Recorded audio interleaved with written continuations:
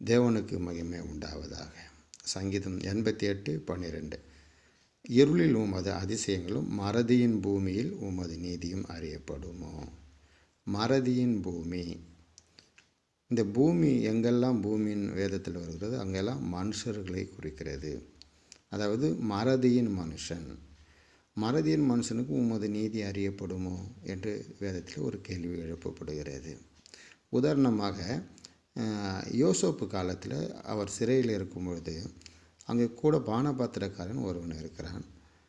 அங்கே யோசேப்பு அந்த பானபாத்திரனுடைய சொப்பனத்தை விளக்கி சொல்கிறான். அது நடைபெறுகிறது. பிறகு யோசேப்பு சொல்கிறார், ஒரு விண்ணப்பம் வைக்கிறார். தன்னுடைய சூழ்நிலைகளை சொல்லி, இப்படி பார்வோனிடத்தில் என்னை பற்றி கொஞ்சம் எடுத்து சொல்லு அப்படின்னு சொல்லி அனுப்புகிறார். ஆனாலும் அந்த பானபாத்திரக்காரன் யோசேப்பை மறந்து போகிறான். மறதியின் மனுஷன். இப்போ மறதியின் மனுஷனுக்கு உனது நீதி அறியப்படுமோ? முடியும். அது தேவனால் மாத்திரம்தான் முடியும். அது அவர்களே நினைத்தாலும் கூட அது முடியாது. மனுஷனால் ஒருபோதும் அது முடியாது. ஆனால் தேவனால் கூடும். பாருங்கள், மறந்து போன அதே பானபாத்திரக்காரன் ஒரு நாள் வருகிறது. அப்பொழுது யோசேப்பை நினைவு கூறுகிறான்.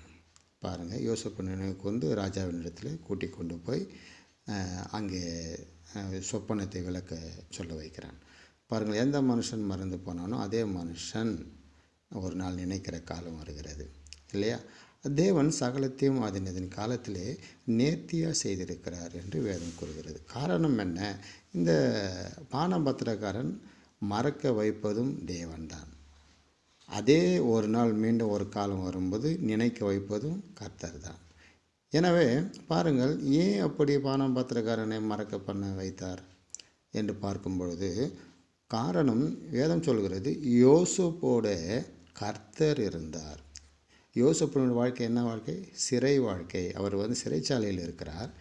ஆனால் யோசேப்போடைய இருக்கிறது யார்? கர்த்தர் இருக்கிறார். எனவே அந்த மனுஷனை மறக்க பண்ணனதும் அவர் தான். மீண்டும் ஒரு நேரம் வரும்போது நினைக்க பண்ணதும் அவர் தான். பூமி தன் பலனை கொடுக்கும் என்று வேதம் சொல்கிறது. எப்பொழுது?